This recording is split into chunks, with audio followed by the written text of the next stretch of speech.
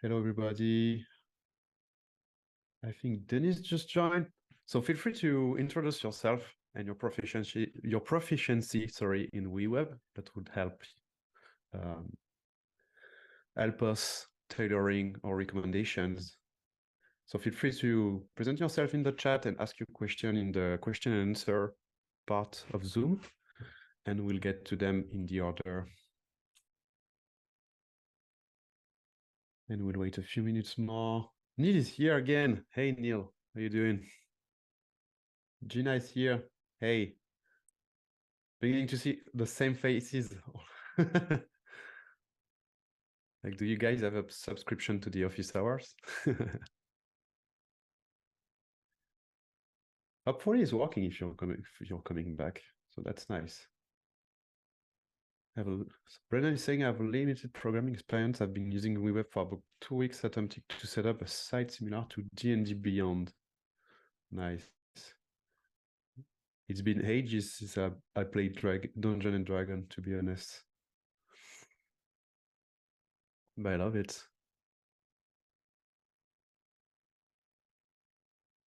Gina is saying office hours have been really helpful. Our site is almost ready to go now. Really cool. Excited for today's session. Thanks, Neil.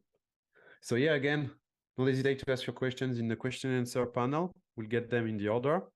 I think it's time, so we'll begin. So again, I'm with Florian, our Chief Product Officer, still Q, in charge of growth here. And so we'll get to the questions right now. So Brandon is saying, I started writing D&D books, so I'm looking to build out an interactive database to access my content. That's really cool. So I see that, Brandon, you've got 3 questions in the chat. I think it's Xano authentication setup, because you wrote Nano, then set up Stripe payments and resources on Stripe. So let me invite you in with us so that you can explain them to us, and hopefully will help. Hey. Hey, do you hear me? Yeah. Hi, Brendan. Morning. How are you guys? Fine, you. Excellent. So I'm trying to figure out how to get the. I had asked last time if there was any, or what I would need to do to set up like a subscription gate for my content. And so I did some research over the week, and based on like getting the MVP going, I think these are the steps I need to take and the documentation that I could find to guide me on those. And I'm trying to figure out if I'm missing anything there, and if you have any other recommendations, or if I should use something else instead. But based on what I was looking for, this is kind of what I was finding. Okay, so you mean like the 3 steps? So you mentioned like Xano and linking Xano to Stripe? Yeah, so I think based on, I saw someone asked a similar question in the community, and so it looked like if I could use Nano to set up the authentication piece, and then based on what I found in that question that someone had asked in the community, it sounds like I need to set up the Stripe payment piece on Xano, not on WeWeb. So set it up on the back end, and that way it was, as they had mentioned, the gating content would have to be handled on the back end so that you could authenticate that the user has an active subscription. So yeah, I'm trying to figure out if this is the right route, if Nano should be the tool I'm looking at for this, and if there's any other guides, suggestions, or feedback, or if I should look at a different resource for the database for the authentication piece, or anything else really. I think Xano is the right tool. Okay. I mean, you could use any backend, but Xano basically handles authentication and is also a data source in WeWeb. So what you can do is that if you follow the plugin configuration, maybe I can show you really quickly, but you're able to like create users and then give them a role. And according to this role, you could have like paying users, and what you will need to do, I don't remember how to do it exactly, but using a Stripe hook to Xano, you'll be able to say this user just paid, so switch him to paid, and then he will get access to this in WeWeb. But like setting up Xano and WeWeb is really easy. So I can just do this really quickly if you want with the roles. Sure, But that'd be no, great. Where do you access these recordings after so I can walk through what you're about to do? they're on YouTube. They're Okay, all on our perfect. channel. Yeah. Okay, I'll find them on your channel then. You can Okay. also check the academy, the second course Okay. called Oh, yeah? Scale Your Web App. I put the link into the chat. In that tutorial, That's probably the same link I've got in there, right? Oh, scaling. That's the second yes, academy exactly, session. Okay. exactly. And in here, you will go through all the steps to build ready a front end linked to any backend, but you could use the Xano. Okay. And in there, it's a ticketing app, so it's kind of gate content because the user can only see his own tickets. So you will Okay. you will see how it's built Okay. in Yeah. here, and I think you will be able to just pick what you need to build your own app. And this is quite descriptive. Just take the time to show every steps. So normally it should be a nice way to start your MVP with those lessons. Yeah. Okay. So just to show you really quickly for the roles, because it's not that hard. But basically, if I go to Xano, yeah, obviously Zoom is over my this. So here you've got Xano. Let me log in. I think we use this in the CRM template too, which are in the docs too. So you can have many apps to try. So the ticketing one from the Academy are the CRM templates, and they all use roles. So the way to do it is that if I go to template CRM, so it's a base I have in Xano, you'll see here, those are my users with the email and password. So you can authenticate them against in WeWeb. And then here you see I have a role, which is admin or normal. But for you, it could be like default one could be normal. Then you have paying user, admins, And in You WeWeb, only we have would get the paying users. Would you just have a single role, or how would that function? sorry. So the way I was thinking about doing it for MVP is having like a closed alpha, so you can't get into the site until you create an account and pay for the subscription. And so I'm thinking there would only be one role, but Yeah, maybe it's that's not accurate. authenticated. I think you don't need So- that. Yes, indeed. You just need to manage your users and what they can access to. So really, I think the ticketing app will help you because it's the same. Yeah. Okay. When you create a ticket, it's for you, or and it's kind of the same process when you're gonna need to say that okay, that content can be available for this user. And you're gonna have to do this link in Xano, so it could be in another table, and you're gonna learn how to do links between them. It's quite simple for this. And then when basically if you really want to be simple, what you can do is just to add the Stripe plugin, the WeWeb Stripe plugin. Your user come to your website, then they subscribed to your your content. So it's really just a basic Stripe checkout. And in Stripe, you've got what Q said before. You've got hooks, and in there, when a payment is done, you just have to provide the Xano endpoint in there, and it's a GET request in here. And so Stripe will make a call to Xano with some metadata. So you're going to be able to create an endpoint in Xano with just user ID, for example. Okay.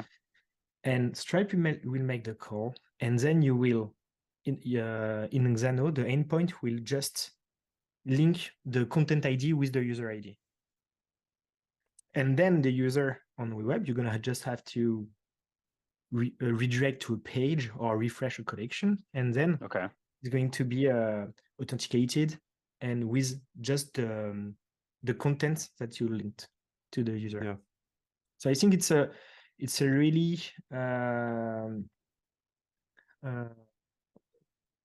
simplest stack you could have. Just check out for your user. Now they can when they check out, you they can sign up, or I think it's easier if they sign up, then they check out. Yeah, what I and would then do, they Flo, get access to the maybe content. tell me if I'm wrong, but I would still create them in Xano using like a basic role, like, I don't know, normal, or they just like sign up, and maybe when they Okay. pay, you switch them to paid. And what you can do is that get this role inside the plugin, you know, here my role key is the name of the column in Xano. And Okay. what you can do is here on any pages, you could gate that content, you know, to a user group. So for example, here it's admin, but you can create as many groups as you want. And basically I see. groups, they match a role, you know. And so then you would match all your pages to the role is paying, except the sign up page. Okay, that makes sense. And if you do that, nobody will be able to have access to the page. I mean, it's already it's backend secured, meaning if you Yeah. try to access the page, the backend server will make a call to Xano, get the role and check if you can access the page. I So see. really, your brother security-wise won't get any data from your page, not even a single div. You will have to wait for this security to pass, and then the server will send the file. Gotcha. Okay.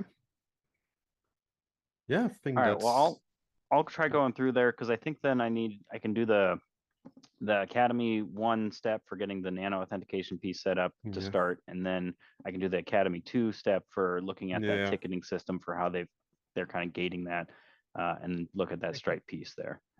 Yeah, and for Stripe hooks, let me check, but I think I can find for you the documentation around this, because you'll need to check Stripe documentation for this. Okay. I think Xano, they have like documentations on webhooks, using webhooks. Gotcha. But let me send this in the chat. I think it's All right, this. let me copy Yeah. that out. And yeah, and as Flo said, is the best way, because you need the backend to double check if the user is paying. Otherwise, your app won't be secure at all. Yeah, you should never check authentication or like payments or like sensitive data in the front end. You should always do this from a backend. Okay. Okay, that makes sense. Okay, cool. I've got that open now. All right. Anything else I should have asked? I think that's, yeah, if I were you, what Flo said, just like follow the academy, try to do one app, even if it's not like your D&D app yet, but like, so you get the workflow, and then you can transfer this to any use case you want. Okay, perfect. Sounds good. I'll give that a shot. Cool. Nice. All right. Thanks. Appreciate it. You're welcome. Thanks.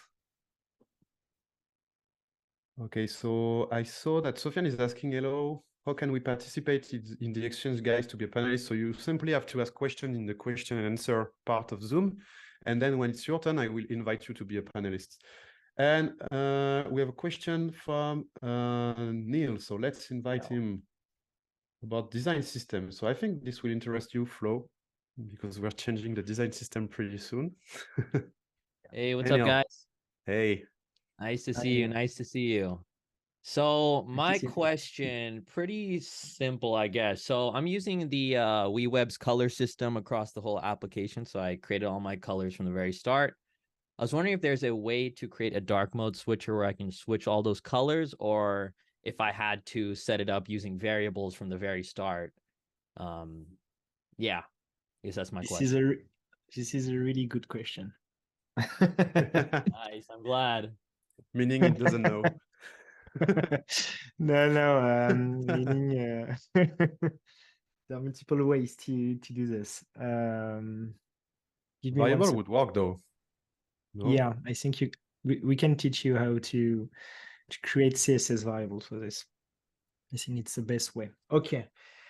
So the best way to manage light and dark mode, it's not to add logic to every place you put a color. It's to manage color token. So you're gonna have to create a variable, an object, and in that object you're gonna have to put all the name. I could write it. The colors names, no? Yes, exactly. Hmm. Give me one little second. Yeah, no to problem. Take your time. I'm taking create notes here. An example. Yeah, because we've done this in the past, if I'm not mistaken. But yeah, Yes, exactly. And I'm looking for a video I made one day. Can't find it. It would be much more easier. is it like having color names and all the time inside the object having like the value for the light mode and the dark mode? Yeah, I think that Zach is doing this for Cream UI too. Like Yeah, he's it's the got same thing. variables and using a mode inside the object, like with the light and the dark pattern for each colors. Yeah, exactly. But I can't find the example I had, so we can do it immediately. Yeah, doing a really simple one with just 1 or 2 colors, maybe. I don't remember how Figma works for this, to be honest. So, You need to add props for that. Trying to understand what Zach is sending there, but I'm a bit confused. Having variance in 2 modes, light and dark. Yeah, I propose you this, Neil. Okay. We go through the other questions, so I can have just the time to find an example, and then I'm going to share my screen to show you how to do it. Yes, yeah, that's totally cool, dude. Yeah, I don't want you to have to sit here Let's and do look it. forever. So that's totally fine with me. Thank you. And if I All can't right. manage to find it, I promise next week I'm gonna show you all how to do it. Thank you. Okay. Awesome. So how do I click? I don't think I click leave, right? You guys can demote me. yeah, I can kick you. Okay, nice. Yeah. All right, guys. See you in a bit. See you. Okay, so some questions from Gina about Mapbox. So let me invite you. Hopefully we'll be able to answer this because yeah, Mapbox is a big thing. It's a bit like Stripe, but hopefully we can help. Hey, Gina. Hi. Hi. I keep Hi, having the Mapbox questions. Yeah, no worries. Oh, it says screen sharing is disabled. Oh, my bad. Let me check this. Okay. No, you should be able to do it. Okay. I keep on forgetting to change Zoom settings. My bad. So this is my map. And then this is like the zoom value. So I've changed this a bunch of times, but it seems like no matter what I change it to, the map like zooms out all the way to the globe every single time. Is this the right setting, or So you mean when like you if I change change the this to zoom? like, like 3 instead, it'll like zoom in here, but then like once the page actually loads, it like zooms all the way out again. Or like if I change it to 9, Even on the published app? it's like same thing. Yeah. Yeah. Seems like a Can you bug to just me. No? Yeah, me too. Can you try to bind the property, please, and put 9 in here?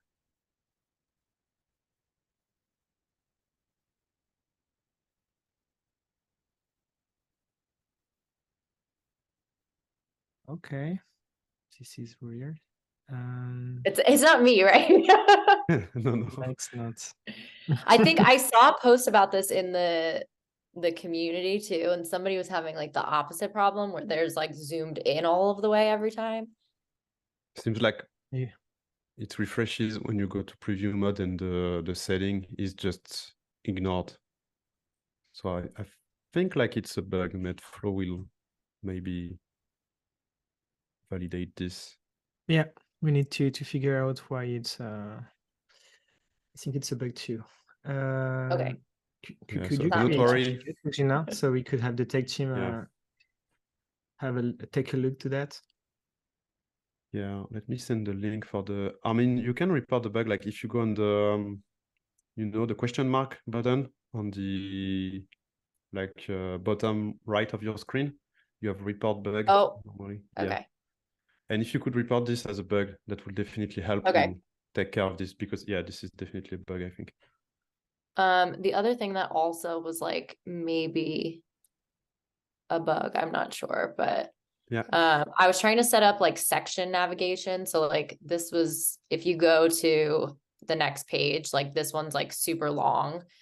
So then once you go to the next page, it's like jump to the bottom. So I was trying to have it like when you click on the link, it like jumps to the top of this section, which I had set up with, I think it was on the last page. Hang on, sorry. So this one I had set up to be a link to the section. And then I had like open new page off, but then if I click on this, it opens a new window and then just like reloads the whole page. Why did you use URL and not page? I don't know. I asked the chat Because in bot. here, yeah. This is so why. Okay. Copilot is So wrong in, then. in Yeah. here, it's waiting for URL. So you need to select page in here. Okay. We're gonna teach the AI to answer this question. But so, So you so then if I set it to page though, you're it's gonna will be able it still to like select the reload the section. page. No, it's because it's yeah, no, it won't reload. It won't reload the Okay, page. just because it's a You can form, so I don't want them to like Yeah. lose all of their. Okay. No, it will remain there, and then you can select the section, and normally it should work. Okay. Yeah. Oh, Nice. there we go. Totally Nice. forgot we had this. Nice. But Okay, yeah, basically so it's much better. treating, it was Thank treating this you. as a URL. So it was thinking it was that you would search for a new page. That's why. Yeah. Okay, that makes sense. And I noted to change Copilot on this because I think we never tried, we never trained the AI on this use case. So that's why it gave you like the most obvious one, but it's not Yeah. working. Yeah. That's okay. Quick fix though. I don't remember. What was my other question about searching? Is there, so like I have a search box. Mhm. It's like, if you click on this, then the search appears. This, we want to search like the whole site, like any of the content that's on the site. Is there a way to have this not search just like specific collections, or would that be like one of the plugins? So you'd like the search to be able to search for everything you type in the site or into your data? Yeah, like anything that's on the site. I guess would it be our data? So we have instructors, we have reviews, and then we have articles. So it would search like all of those. And do you have collections for everything? Like, do you have 3 collections? Yeah. Okay. So yeah, so it's So be this should be one, doable. this one, and this one.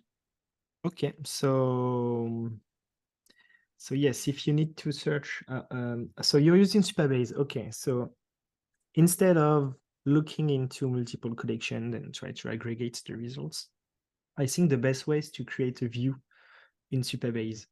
Okay. So you can create a view. They've got a nice AI tool to do the SQL for that. So you can iterate and create your own view, and then you can call the view in WeWeb with your search bar. Because in the view you can also pass data too. So when you create the view, make sure that you can take as an input a string, so a text. So then it can return the results. And so it will be much more easier for you to do it with only one view on Supabase, and then in WeWeb you're going to link the search bar to that collection that will call the view on Supabase, and then you're going to be able to display the results and then select them. And if you have a lot of results, you can do paginations too, or to try to do something like this. You can. Okay, cool. I send you the docs in the chat, but yeah, basically it's Postgres. So it's PostgreSQL views, but yeah, like with the AI tool there, it should be really easy. And what's cool with Supabase is that any view you create, so computed data, you can query it in WeWeb as a collection. So basically you create a collection out of your 3 collections in Supabase, and in WeWeb, it's just like your main collection. Okay. Okay. And then the last thing, I was trying to follow the There's like a community post about setting up custom pop-ups for the Mapbox markers. Like fetching the location of the marker and then having that be the location of the pop-up. Every time I click on a different marker, it's always like position 0, 0. So I don't know if I was like setting this up wrong or. No, that's normal because it's an event. So you cannot see it directly in the workflow. So in here you are saving it into map pop-up position. And when you tried that, the variable just had 0, 0 always. Yeah, like it would just pop up in like this top corner. Can you click on the navigator in here? Yeah, can you select the variables at the top? You've got Up here. tabs just below. No, just not here. Really in here you see navigator, you've got all your elements, the tree, and at the top nobody sees that, but Oh. you have a tab in here. Yeah. And so in here you can search for your variable. You've got a little search bar so you can look for. Oh, this is another random question, but all of these like keep adding a million copies. Yeah, Is it's when you drag and drop elements. You know, you've got a Okay. little pop-up telling you if you wish to have the variables, you need to untoggle it when you don't want it. Oh, okay. This is why it needs to be a bit more intuitive. But in the search bar just above, Yeah. can you type in the name of the variable so we can? Yeah, perfect. This one. So okay, and so in here, can you just try to use the map? Click on one of them. Yeah. Oh, So okay, the nice thing is that the variable is updating. So this is not it. So why did you use this variable? I think I might have deleted it now. Oh.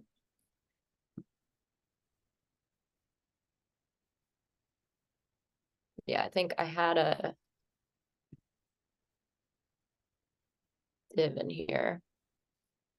And then I was setting the position of this from. Oops.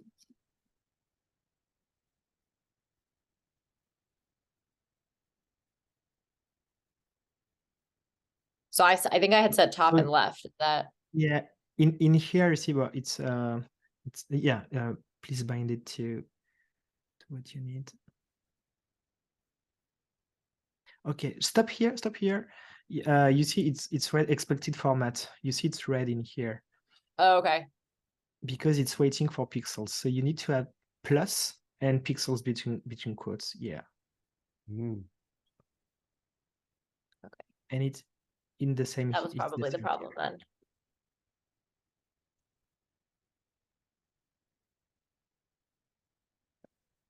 Nice. Let's try. But you should use a background on the div because on preview mode we won't We see can it. see it. Yeah, we won't see it. True. Yeah. Why is it transparent? Because it needs a height because it's actually 0, because 0 there's nothing div. in it. Yeah.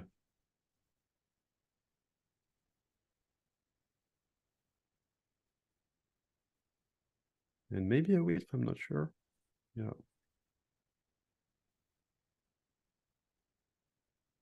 It's behind. You need to add an index. Oh, the Z index. Yeah. Okay, there we go. Nice.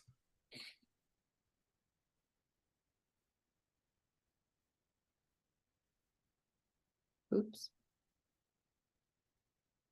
But maybe because So- of the size, it's outside of the map. So it's white on white and we don't see it. Mm. So maybe she use another background color. Can you show me again the workflow?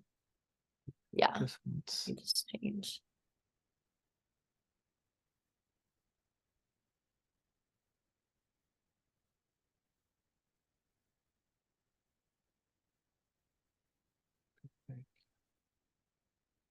Okay, let's try again to see where it goes. I don't know if it's like because it's so zoomed out too. Yeah, zooms also change the absolute And- positioning, I think. Yeah, can it's you- like all the way down here. Yeah. Can you show the variable to see the values of this?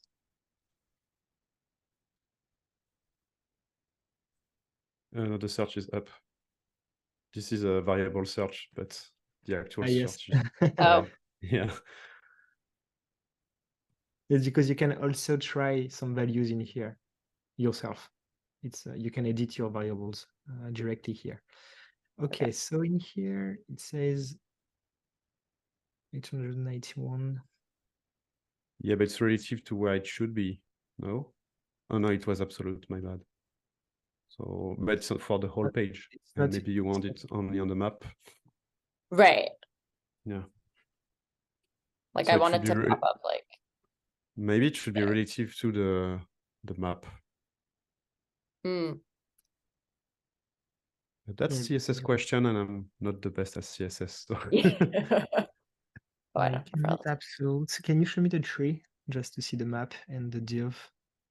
Show what? The elements in the navigator. In here, so got map, div. And when you click on the marker, it says, okay, can you show the variable again and try some marker? I change this back to absolute. Yeah, perfect. Just try to understand the values in here. Can you zoom in a bit on the maps? Yes, so we can have different values. Okay, nice. So if we click this one, 700. Is it not that the X and Y, they are like relative to the map from Mapbox, but if you use them as pixels, it will be higher than the actual map on the page. So then you should do like some calculations to like use it as a percentage of the map, maybe map height or width. Okay, you got me again, Gina. I really need to spend an afternoon on this plugin. Okay, so let me take some notes and I get back to you. Okay. Yeah. Could we get back to you on like by email or like on the community, or which is the better? Yeah, for you? email is Yeah. fine. Email, okay. Well, I may create a thread in the community. Yeah, Yes. because that will help like many people, I think. Yeah. Nice. Yeah, sorry. We sadly No, we that's don't know okay. everything. But hopefully we'll find something. Was it all for you, Gina, or do you have I any think that other was it. questions? Yeah, thank you guys. Nice. Thanks. Welcome. Okay, so let's get back to let's get to Mark's question. So he won't step up on scene because he was at the dentist. So I hope you're okay, Mark. But he was asking a question about the reusable components, like when the reusable components gets released, will the process for making custom components change or improve? My dream scenario is in WeWeb editor, duplicate a component and then edit the view code within the editor, save, test, rinse, and repeat. So it won't be exactly like this, but Flo will explain to you how it will be. Okay, so let me give you more details for this. So the first question, when will it be available? So our goal is to release that in November, but it depends on the test we have to run. But worst case scenario, I think it would be December. But basically, I hope it will be released in November for the components. So just before the components, you're gonna have version control of projects tomorrow. Then we are going and logs, so to be able to debug. Then we are going to revamp the design systems before, and after the design systems, you're gonna have the components and also the marketplace. So we need to do that before the components. But for the components, how it will work? So you're going to be into your page and you're going to have an option. So you select the flexbox with anything inside, and you're going to have an option to create component from this. Then in the editor, you're gonna have one more tab in the right panel, and in here you're gonna be able to create properties, so props, internal variables, internal workflows, triggers, and basically you're gonna be able to create in no code visually speaking. I prefer the term visual programming, but you're going to be able to create your own components. And when it's done, you're going to publish the components. So you're going to create a new version. So when you are working, it's going to be in a draft mode. For the Xano users, it's like when your endpoint is in draft mode, it's going to be the same for the components. And when you think it's done, you can publish it. When it's published, all your projects, when it's published, you're going to have it into the add panel, and you're going to be able to drag and drop it. And when you drag and drop it, you're going to have an instance of your component, and then depending on the props you exposed, you're going to be able to fill in and bind the props to your context anywhere in your application. So if I give you a concrete example, if you need you can create a button and then make it a component, and you can say, okay, I just want the text to be exposed and the color, and then you can create also a property saying that the type, so primary, secondary, for example. And then you're gonna add the logic. If it's primary, then you change the color and so on. And when it's done, you publish it and you drag and drop your component everywhere in your application, and you're gonna just have to choose for primary, secondary. You're gonna be able to bind the text, of course.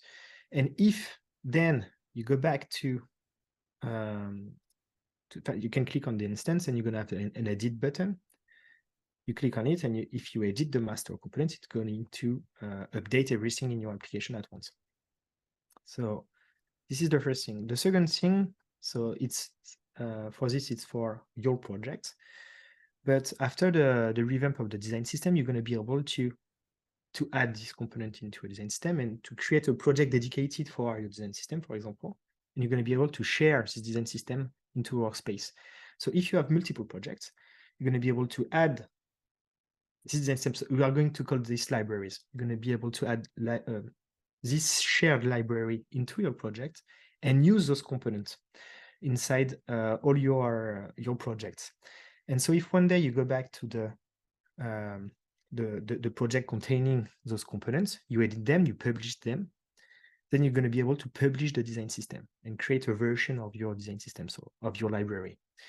And if you go back to the other projects using this library, you're going to have a notification, and then you're going to be able to decide if you want the updates, yes, no. Let's say you say yes, you check that you don't have any issues.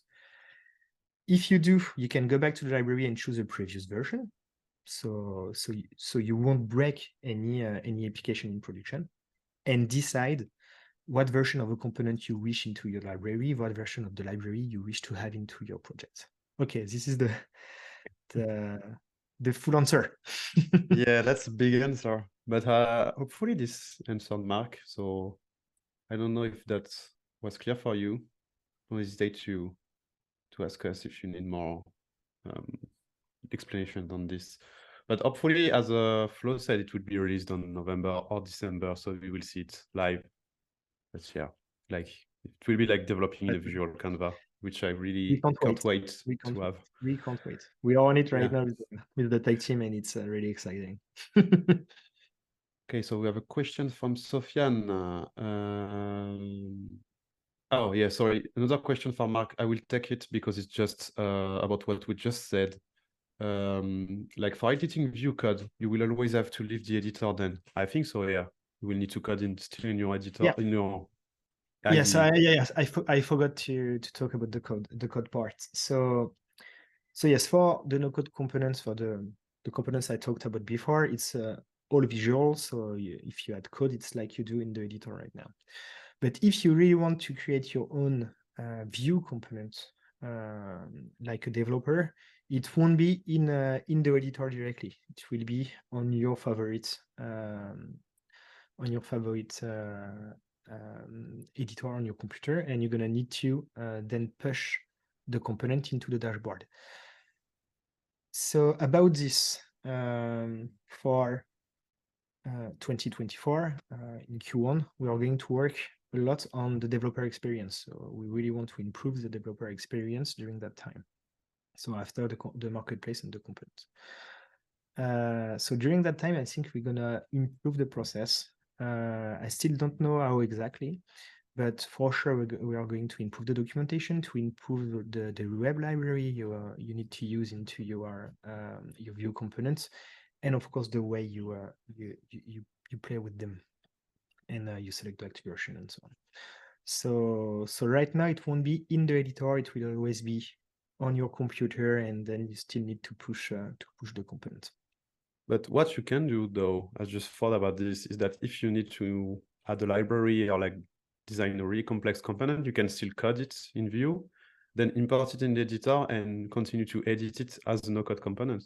And that will be fun. Nice. Yeah, it's gonna. But the reason also Mark to do that on your computer is because if you are using your VS Code with your plugins, with your way, every developers have their own ways of coding. So we don't want to force you into an opinionated editor.